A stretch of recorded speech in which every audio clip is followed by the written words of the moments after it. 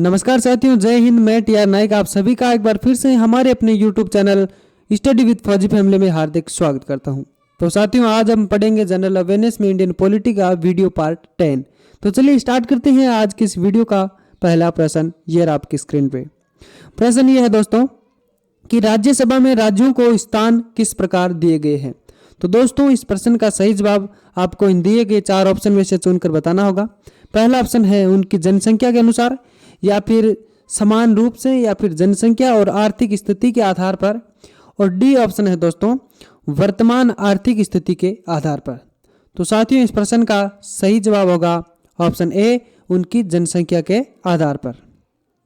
यानी संविधान की चौथी अनुसूची में राज्यसभा में राज्यों और संघ राज्य क्षेत्रों का स्थानों के जो आवंटन पर का उपबंध है, और स्थानों का आवंटन प्रत्येक राज्य की जनसंख्या के आधार पर किया जाता है।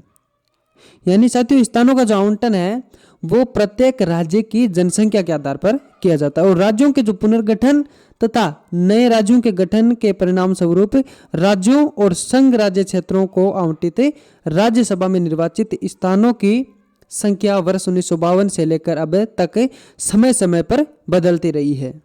अगला प्रश्न है दोस्तों, यह रहा आपकी स्क्रीन पे। सुंगलू समिति की नियुक्ति प्रधानमंत्री द्वारा क्यों की गई थी।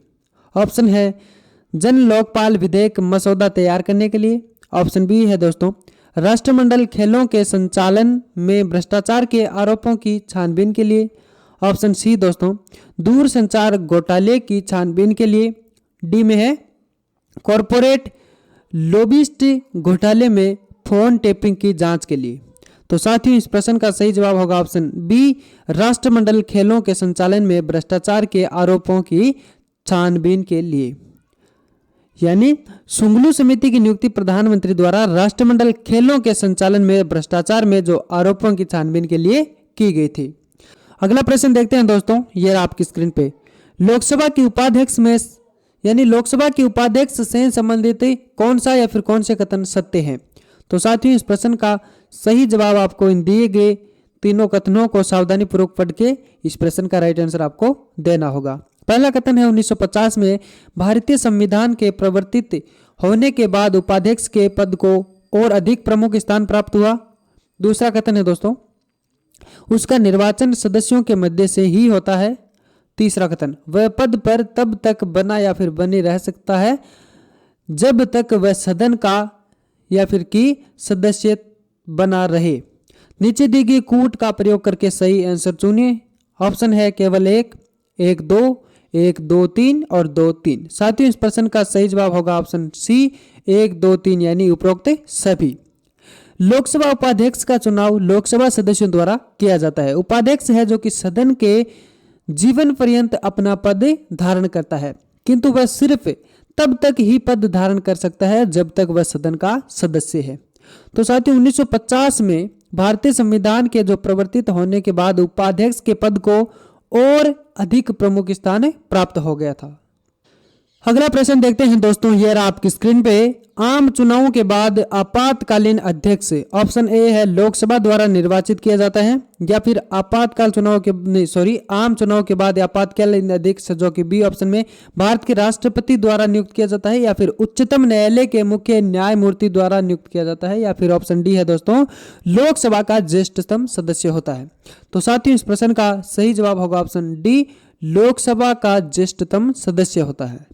आम चुनाव के पश्चात यानी आम चुनाव के बाद आपातकालीन अध्यक्ष के रूप में लोकसभा का ज्येष्ठतम सदस्य चुना जाता है। अगला प्रश्न है दोस्तों, यह रहा आपकी स्क्रीन पे। संसद की नए राज्य को यानी संसद की नए राज्यों को बनाने की प्रक्रिया के बारे में निम्नलिखित कथनों में से कौन सा एक सही नहीं है। पहला कथन है दोस्तों संसद विधि द्वारा नए राज्य बना सकती है तथा मौजूदा राज्यों की सीमाओं या नाम में फेरबदल कर सकते हैं। ऑप्शन बी है दोस्तों इस प्रकार का कोई विधेयक राष्ट्रपति की सिफारिश के सिवाय संसद में पेश नहीं किया जा सकता। और सी में है दोस्तों इस प्रकार के किसी विधेयक को राष्ट्रपति प्रभावित राज्य के विधानमंडल को निर्दिष्ट कर सकता है। ऑप्शन डी है दोस्तों इस प्रकार की विधि जो कि अनुच्छेद 368 यानी आर्टिकल 368 के कार्यक्षेत्र में आएगी। साथियों इस प्रश्न का सही जवाब ऑप्शन डी इस प्रकार की विधि है जो कि आर्टिकल 368 के कार्य क्षेत्र में आएगी। भारतीय संविधान के अनुच्छेद 3 में नए राज्य के गठन की शक्तियां संसद को दी गई है। नए राज्य के गठन की प्रक्रिया के संबंध में पहले 3 कथन सत्य है किंतु चौथा कथन सही नहीं है। इस प्रकार की विधि है जो कि दोस्तों आर्टिकल 368 की कार्य क्षेत्र के अंतर्गत नहीं आती है। अगला प्रश्न है दोस्तों, भारत में निर्वाचन सरकार इलेक्टोरल गवर्नमेंट के विषय में निम्नलिखित में से कौन सा कथन सही नहीं है। ऑप्शन ए है दोस्तों, निर्वाचनों का अधीक्षण निर्देशन तथा नियंत्रण भारत के निर्वाचन आयोग में निहित है। बी ऑप्शन है दोस्तों, प्रत्येक प्रादेशिक निर्वाचन क्षेत्र के लिए एक निर्वाचक नामावली है। सी ऑप्शन है दोस्तों, संसद के पास निर्वाचन क्षेत्रों के परिसीमन संबंधित कानून बनाने की शक्ति है। और डी ऑप्शन है, भारत के उच्चतम न्यायालय को निर्वाचन क्षेत्रों के परिसीमन संबंधित कानून की वैधता की समीक्षा करने का प्राधिकार है। तो साथियों इस प्रश्न का सही जवाब होगा ऑप्शन डी, भारत के उच्चतम न्यायालय को निर्वाचन क्षेत्रों के परिसीमन संबंधित कानून की वैधता की समीक्षा करने का प्राधिकार है। यानी परिसीमन आयोग भारत सरकार द्वारा परिसीमन अधिनियम के अंतर्गत स्थापित आयोग है। इस संबंध में अधिसूचना भारत के राष्ट्रपति द्वारा की जाती है और भारत के उच्चतम न्यायालय को निर्वाचन क्षेत्रों परिसीमन संबंधित कानून की वैधता की समीक्षा करने का प्राधिकार नहीं मिला है। तो साथियों अगला प्रश्न देखते हैं, ये रहा आपकी स्क्रीन पे। राज्यसभा को नाम से जाना जाता है, राज्यसभा को किन अन्य नाम से जाना जाता है। साथियों इस प्रश्न का सही जवाब आपको इन दिए गए 4 ऑप्शन में से चुनकर बताना होगा। पहला ऑप्शन है विधान परिषद यानी लेजिस्लेटिव काउंसिल। ऑप्शन बी है दोस्तों वरिष्ठ सदन यानी सीनियर हाउस। और सी में है दोस्तों उच्च सदन यानी अपर हाउस। और डी में है निम्न सदन यानी लोअर हाउस। तो साथियों राज्यसभा को उच्च सदन यानी अपर हाउस जाना जाता है, अपर हाउस के नाम से जाना जाता है। यानी भारतीय संसद है जो कि राष्ट्रपति, लोकसभा तथा राज्यसभा इन 3 से मिलकर बनी है। इसमें लोकसभा को निम्न सदन तथा राज्यसभा को उच्च सदन कहा जाता है। राज्यसभा में कुल 245 सदस्य होते हैं जिनमें से 12 भारत के राष्ट्रपति द्वारा मनोनीत किए जाते हैं। तो साथियों आशा करता हूं कि मैं इस प्रकार से आपको सभी प्रश्न समझ में आ रहे होंगे। अगला प्रश्न देखते हैं, यह रहा आपकी स्क्रीन पे। लोकसभा के अध्यक्ष को पद से किसके द्वारा हटाया जा सकता है। ऑप्शन है सदन में बहुमत वाले दल द्वारा अविश्वास प्रस्ताव को अपनाकर। ऑप्शन बी है सदन की कुल सदस्यता को कम से कम आधे सदस्यों द्वारा पारित संकल्प द्वारा। सी ऑप्शन है दोस्तों सदन की कुल सदस्यता के कम से कम 2/3 सदस्यों द्वारा पारित संकल्प द्वारा। या फिर ऑप्शन डी में है दोस्तों सदन के सभी सदस्यों के बहुमत द्वारा पारित संकल्प द्वारा। तो साथियों इस प्रश्न का सही जवाब होगा ऑप्शन डी, सदन के सभी सदस्यों के बहुमत द्वारा पारित संकल्प द्वारा। यानी अध्यक्ष किसी भी समय उपाध्यक्ष को लिखित सूचना देकर अपने पद से त्याग पत्र दे सकता है और अध्यक्ष को उसके पद से लोकसभा में उपस्थित सदस्यों द्वारा बहुमत से पारित संकल्प द्वारा ही हटाया जा सकता है। इस आशय से प्रस्तुत संकल्प में कुछ शर्तें अनिवार्यतः पूरी करनी होती हैं, जैसे इसमें लगाए गए आरोप सुस्पष्ट होने चाहिए और इसमें तर्क, वितर्क, निष्कर्ष, व्यंग्योक्ति, लाछन और मानहानि संबंधी कोई कथन आदि नहीं होना चाहिए। यही नहीं बल्कि चर्चा भी संकल्प में लगाए गए हैं और आरोपों तक ही सीमित रहनी चाहिए। ऐसे किसी संकल्प को प्रस्तुत किए जाने के कम से कम 14 दिन पहले इस आशय की सूचना देनी भी जरूरी होती है। तो अगला प्रश्न देखते हैं दोस्तों, ये रहा आपकी स्क्रीन पे। भारत में कार्यकारी प्रमुख किसे माना जाता है। ऑप्शन है प्रधानमंत्री को, या फिर राष्ट्रपति, या उच्चतम न्यायालय के मुख्य न्यायाधीश को, या फिर राज्यपाल को। साथियों इस प्रश्न का सही जवाब होगा ऑप्शन ए, प्रधानमंत्री को। यानी भारतीय संविधान के अनुच्छेद 74 में मंत्रिपरिषद की अध्यक्षता तथा संचालन हेतु प्रधानमंत्री के पद का प्रावधान किया गया है।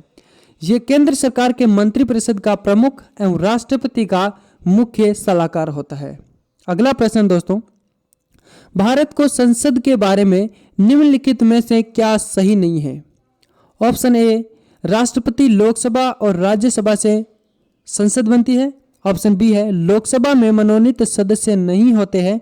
ऑप्शन सी में है दोस्तों राज्यसभा को भंग नहीं किया जा सकता। लास्ट ऑप्शन है डी, राज्यसभा के कुछ सदस्य राष्ट्रपति द्वारा नाम निर्देशित मनोनीत होते हैं। तो साथियों इस प्रश्न का सही जवाब होगा ऑप्शन बी, लोकसभा में मनोनीत सदस्य नहीं होते हैं। यानी भारत की संसद राष्ट्रपति, राज्यसभा तथा लोकसभा से मिलकर बनती है। और भारतीय संविधान के अनुच्छेद 331 के तहत अनुच्छेद 81 में किसी बात के होते हुए भी यदि राष्ट्रपति की यह राय है कि लोकसभा में आंग्ल भारतीय समुदाय का प्रतिनिधित्व पर्याप्त नहीं है तो वह लोकसभा में उससे समुदाय के 2 से अधिक के सदस्य नाम निर्देशित कर सकेगा। अगला प्रश्न देखते हैं दोस्तों, राज्यसभा के सदस्यों का चुनाव किनके द्वारा किया जाता है? ऑप्शन है दोस्तों राज्यों की विधानसभाओं के सदस्यों द्वारा। ऑप्शन बी है लोकसभा के सदस्यों द्वारा। और सी में है दोस्तों भारत की जनता द्वारा या फिर विधान परिषद के सदस्यों द्वारा। तो साथियों इस प्रश्न का सही जवाब होगा ऑप्शन ए, राज्यों की विधानसभाओं के सदस्यों द्वारा। यानी राज्यसभा के सदस्यों का चुनाव राज्यों की विधानसभाओं के सदस्यों द्वारा होता है, अप्रत्यक्ष निर्वाचन पद्धति द्वारा किया जाता है।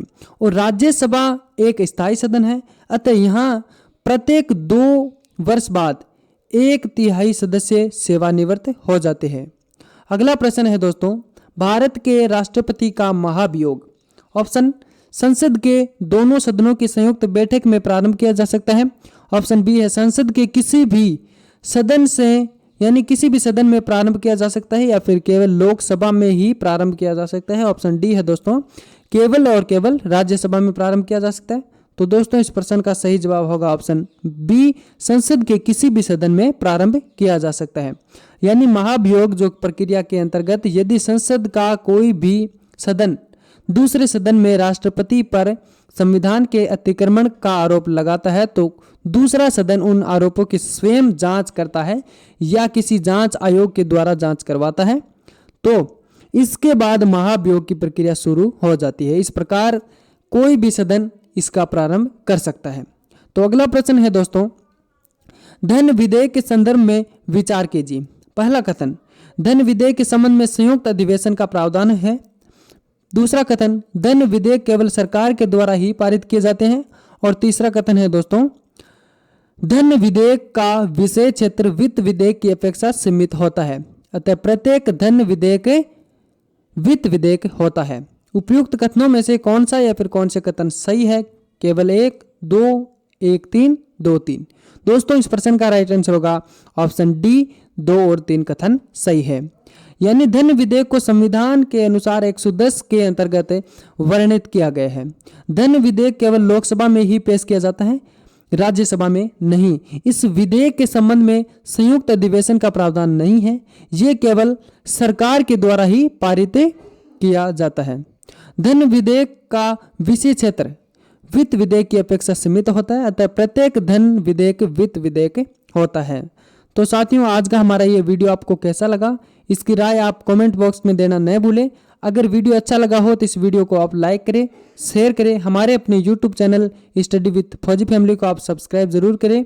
मिलते हैं एक अगले नए वीडियो के साथ, तब तक के लिए ब्रेक लेता हूँ। जय हिंद, जय भारत।